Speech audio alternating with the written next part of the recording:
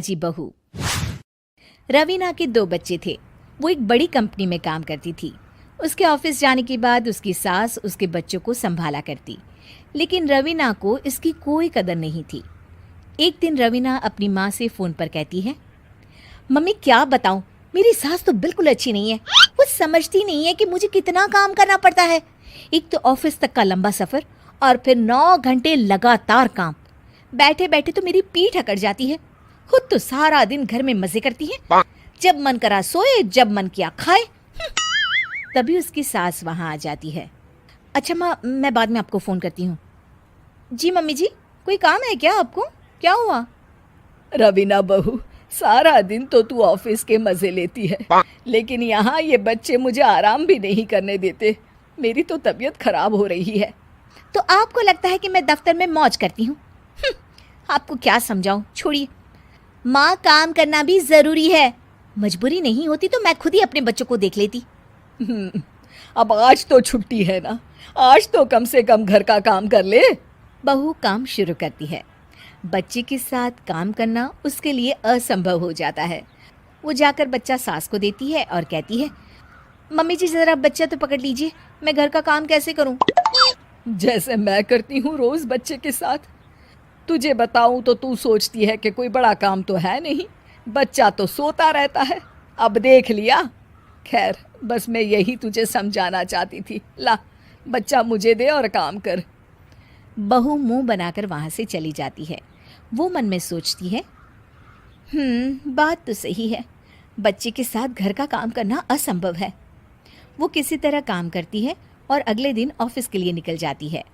Office में उसकी सहेली उससे कहती है, यार तू तो बड़ी लकी है, तुझे तेरी सास खाना बना कर देती है, बच्चे भी देखती है और तुझे किसी बात की चिंता भी नहीं होने देती।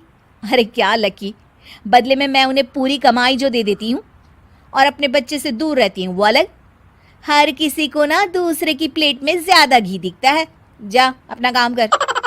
अरे फिर भी ये तो है, यहाँ हमारे बच्चे को मैं क्रैश में छोड़ती हूँ, हर पल डर लगा रहता है कि क्या कर रहा होगा। खैर चल, मुझे क्या।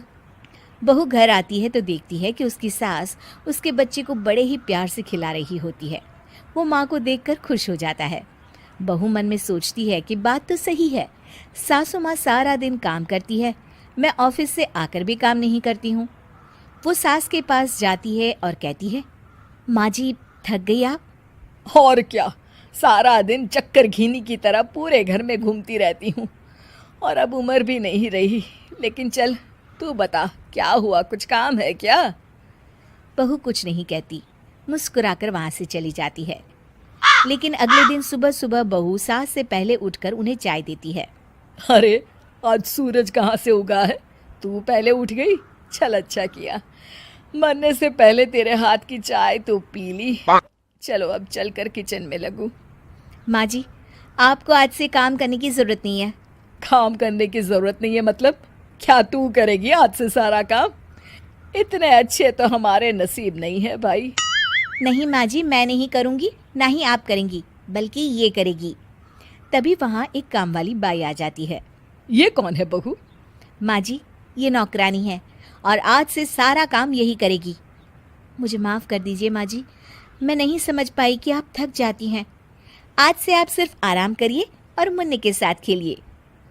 और सास बहू बच्चे के साथ खेलने लग जाते हैं।